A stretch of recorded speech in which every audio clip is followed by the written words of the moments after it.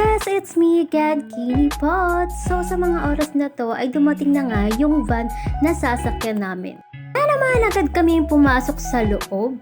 Bago ang lahat, maraming salamat sa pamilya ni Jay at kung saan nagstay ako sa kanila ng matagal. At yun na nga, dahil ang daming pasahero ni Manong Driver, ayan, nagpunta muna kami sa isang parte ng Rizal kung saan may sinundo kami doon na isang pasahero. So yun na nga guys, simula na kami sa aming paglalakbay dahil mahaba-haba ang aming lalakbayin, mahabang biyahe to mga guys. Kaya naman sa mga oras na to ay nanibago ang lola nyo dahil sa 5 taon ngayon lang ulit ako nakalawas. So guys, sa mga hindi nga po nakakaalam, last 2017 ay naging kasambahay nga ako sa loob ng 3 buwan.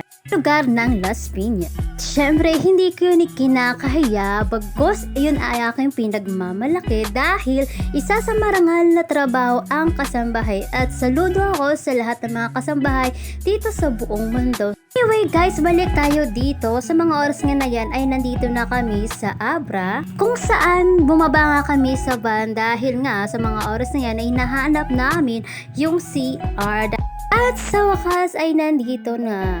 Sa part nga na to ay hilong-hilo na kami at tawang-tawa na, kaya naman nagtanong na kami kay kuya kung saan nga ba ang CR. Kaya naman itinuro sa amin ni kuya kung saan nga ba. Naman dali-dali kami pumunta sa CR dahil tulay lang ako sa pagkuha ng video at dahil nga may isa akong kaibigan na bida-bida.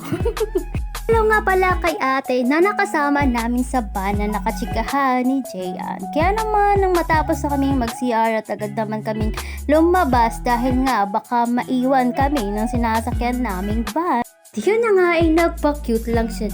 So guys, ito na nga kami sa baba ng barko kung saan dito po pinapark ang mga van na sinasakyan. Yun na nga guys, finally nakita na namin yung taas ng barko. So guys, bago nga kami umupo dyan, ay pa siya kami na i-tour muna yung barko. So guys, mayroong palang second floor itong Samara. So guys, eto nga pala yung kainan kung saan pwede kang bumili, mag-chill, magpahinga at magmuni-muni.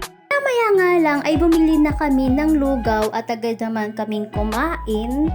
So guys, sinulit ko na nga lang ang pagbid ko sa sarili ko dahil memories din to. So guys, fast forward dahil nakatulog ako sa barko at pagkagising ko nga, hindi ko na malayan, nandito na kami sa Batangas.